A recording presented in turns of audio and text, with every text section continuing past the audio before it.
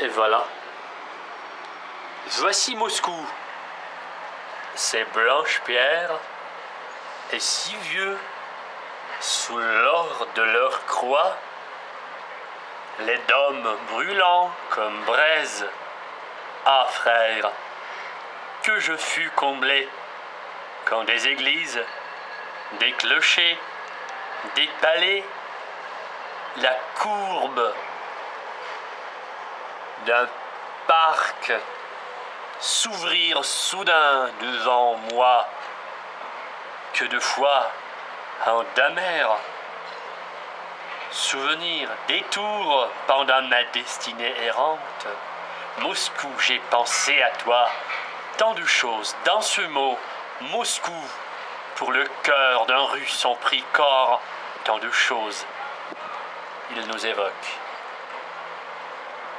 Alexandre Pouchkine. C'est par cette poésie de notre grand poète russe que j'ai commencé ma vidéo nocturne pour vous, mes chers Français.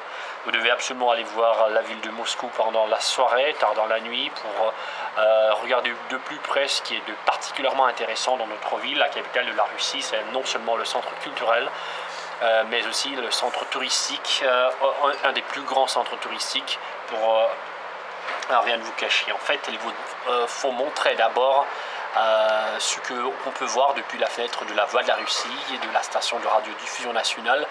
Donc la fenêtre me donne cette vue. Bien maintenant, c'est la station de métro de Vokuznetskaya.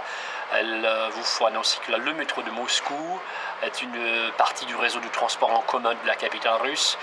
Il est, après le métro de Tokyo, celui transportant le plus de passagers au monde, 2,4 milliards de passagers. Et c'est pas un petit nombre en fait, pour vous dire. C'est une grande particularité. Encore il faut ajouter que c'est le monument célèbre, c'est pas le moyen de transport, non seulement, c'est aussi le grand monument. Alors on peut continuer. Si on peut regarder l'image de la cathédrale du Christ Sauveur, est-ce que vous voyez cette cathédrale célèbre mondialement maintenant en plus, parce que maintenant il s'agit des filles poursuivies pour avoir entonné une prière anti-Poutine dans la cathédrale du Christ Sauveur. En février dernier, les chanteuses du groupe punk Pussy Riot viennent d'être condamnées à 2 ans de camp maintenant. Elles ont été reconnues coupables de hooliganisme et d'incitation à la haine religieuse. Mais la cathédrale du Christ Sauveur, c'est pas seulement la cathédrale scandaleuse maintenant, mais d'abord c'est la cathédrale la plus célèbre russe. Il faut dire que c'est une cathédrale principale de Moscou. Les offices religieux solennels à l'honneur des fêtes orthodoxes principales passent dans cette cathédrale-là. Elle rassemble les croyants de tous les coins de la Russie. La monumentalité, la gloire de la cathédrale, cette décoration luxueuse, tout parle du statut particulier du temple et son importance pour l'Église orthodoxe russe.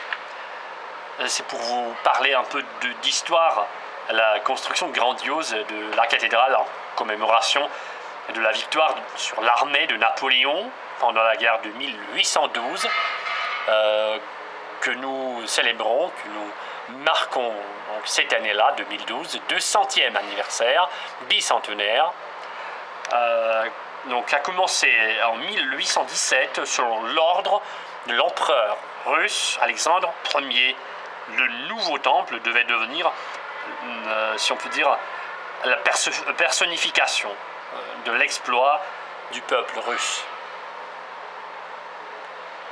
Avec cette information, je voudrais clore la vidéo qui a été consacrée au panorama représentatif de la capitale russe, Moscou.